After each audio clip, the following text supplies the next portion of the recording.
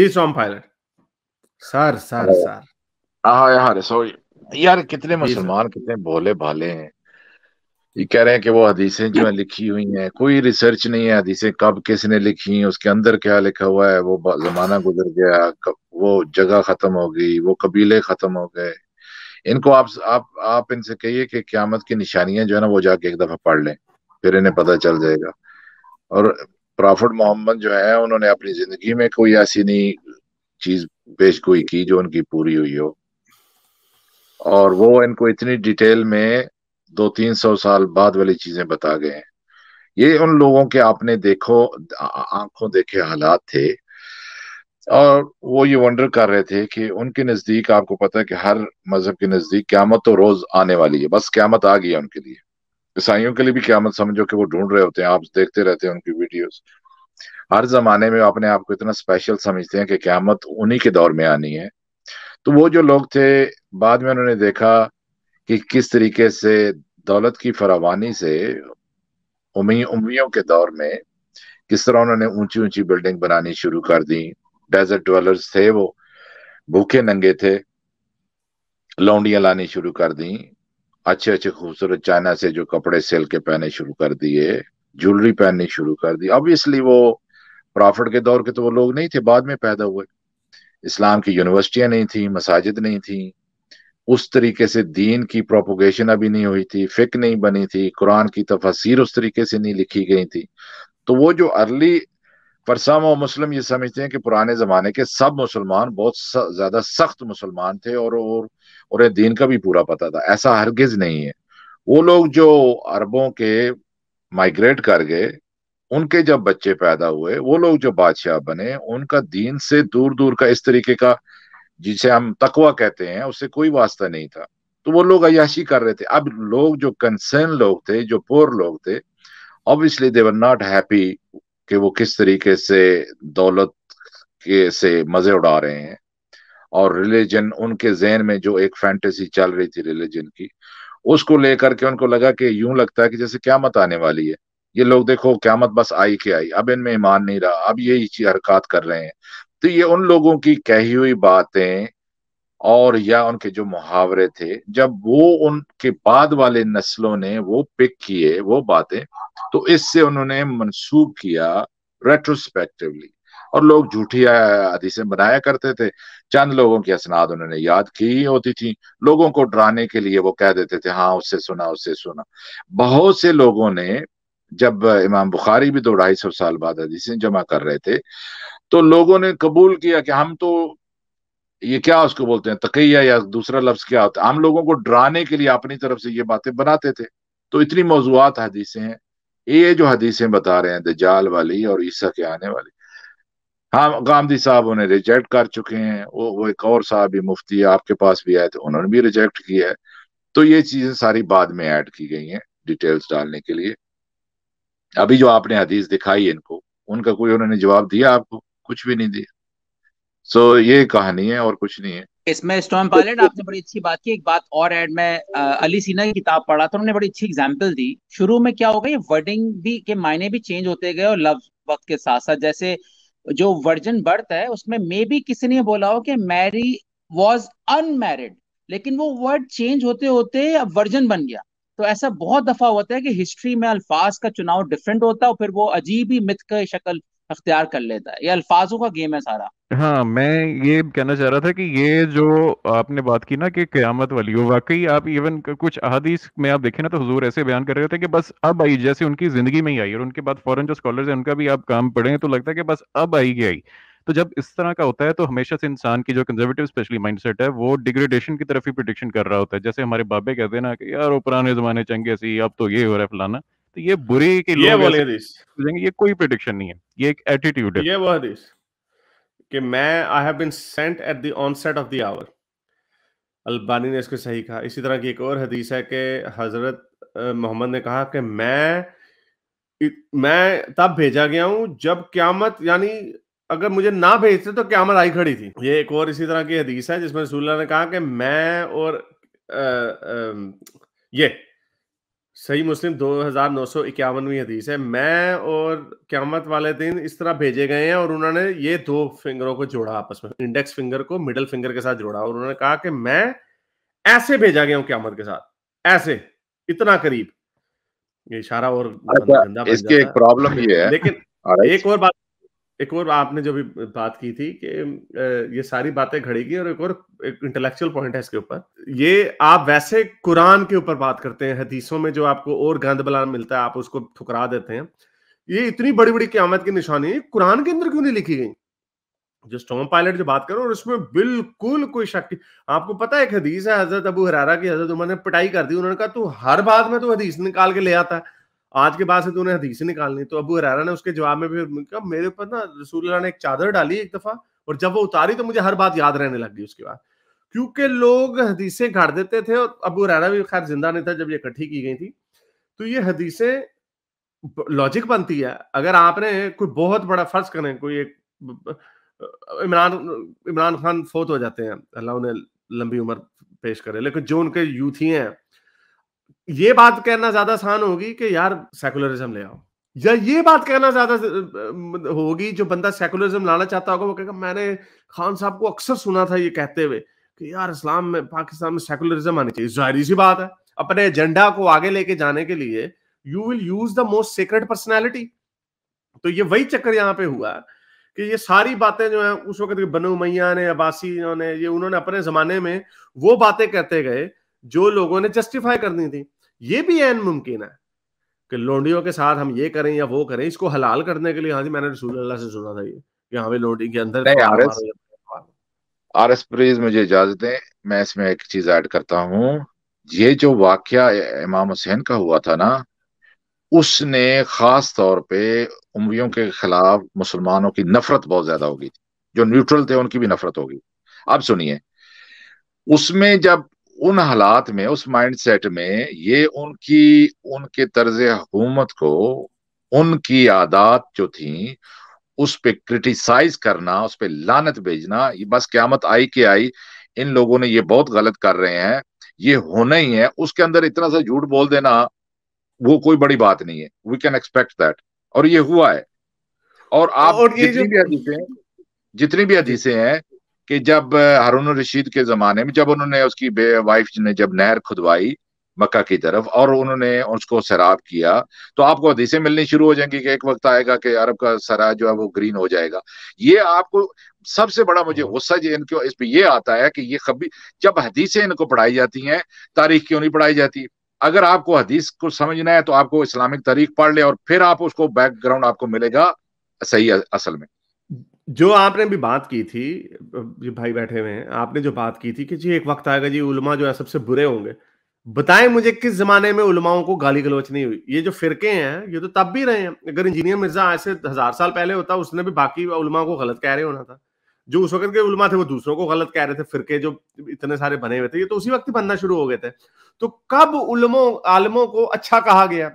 جو ان سے اختلاف رکھتا ہے. اگر آپ اس زمانے میں ہوتے ہیں اور آپ کی ذہنیت اس طرح کی ہوتی نہیں بھی چھوٹی بچیوں سے شادی نہیں کرنی، آپ نے یہ امام تیمیہ اور یہ کثیر اور جلالین سب کو آپ نے کہنا تھا دیکھو جی آپ نے وہ والی حدیث نکالیں. اور یہ حدیث گھڑنے کا مقصد بھی یہی ہو سکتا ہے اس وقت کے عالموں کو نیچا دکھانے کے لیے کہ بھائی ان کی بات نہ مانو. یہ تو قیامت میں پہلے ہی علم نے ہمیں رسول اللہ پہلے بتا گئے کہ وقت آئے گا عالم جو ہے نا سب سے گندے لوگ ہوں گے، کیونکہ وہ جو وہ بات بتا رہے ہیں وہ آپ کو ہضم نہیں ہو رہی. اس لیے کہ وہ ان کے بادشاہوں سے اگری کر رہے تھے تو لوگ ان کو کرٹیسائز کر رہے تھے. آپ بات سمجھ رہے ہیں؟ کیونکہ وہ بادشاہوں کے کہنے پہ میں ان کو پھکی دیتا ہوں. ابھی ایک پھکی دینے دیں. پرافٹ موجود ہیں، صحابہ موجود ہیں، فرشتہ آ رہا ہے، اللہ کے کانٹیکٹ میں باتیں ہو رہی ہیں. عثمان جاتے ہیں مدینہ اس میں مکہ میں، انہیں یہ نہیں پتا، اتنی پیش گوئی نہیں کر سکتے کہ اس کو قتل کر دیا گیا کہ نہیں قتل کر دیا گا. یہ بیعت کر رہے ہیں وہاں بیٹھ کے. اندازہ اس کے اوپر بھی حدیث ہے. نہیں اس کے اوپر بھی ایک حدیث ہے. اس کے اوپر بھی ایک حدیث ہے کہ رسول اللہ نے ایک دفعہ کہا کہ اس کے جو میرے جو دو بھانجے ان کے اوپر بڑا ظلم ہوگا. اور حدیثیں یہ بعد میں obviously پریڈکشن، یہ کیسی پریڈکشن ہوئی کہ آپ نے پریڈکشن کر the after the fact about a person who lived 300 years ago یا 100 سال پہلے، کہ اس نے تو پہلے ہی بتا دیا تھا. ابھی یہ کام ہو جائے کوئی میں آپ مجھے کہیں حارث نے تو مجھے آج سے 10 سال پہلے ہی بتا دیا، حارث مر چکا ہے 100 سال پہلے بتا دیا تھا. یہ ساری بھائی پریڈکشن کو کوئی بندے میں صرف ایک ہی طرح کی پریڈکشن ہے جو کہ وہ سائنٹیفک پریڈکشن ہوتی ہے.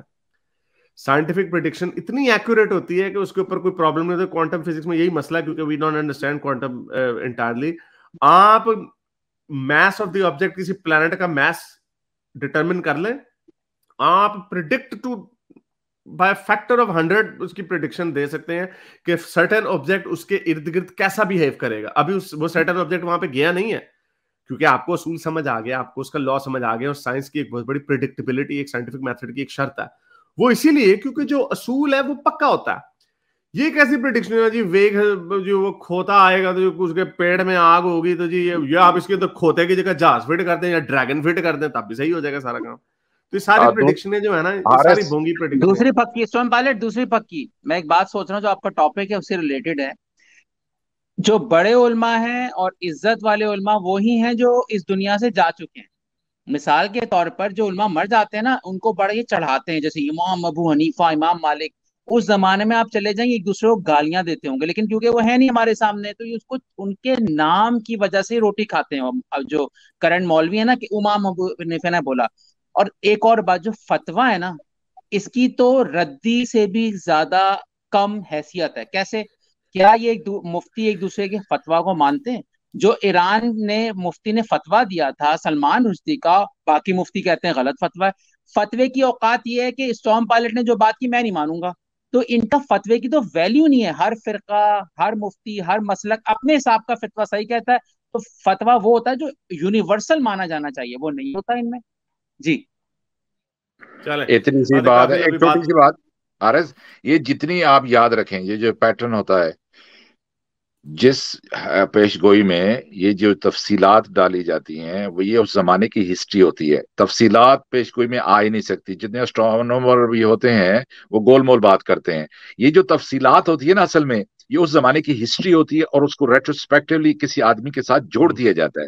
اور یہ تفصیلات کا ہونا اس بات کا ثبوت ہے کہ اتنی زیادہ ڈیٹیل میں تفصیلات جو بندہ لکھ رہا ہے وہ الو یہ بھول گیا ہے کہ میں بہت زیادہ لکھ رہا ہوں, I'm writing too much, اور لوگ اس پہ شک ہو جائے گا. لیکن نہیں, انہوں نے لکھ دی اور یہ اس کا ثبوت ہے کہ یہ اس زمانے کی تاریخ تھی, اپنے آنکھوں سے دیکھ رہے تھے وہ. Thank you.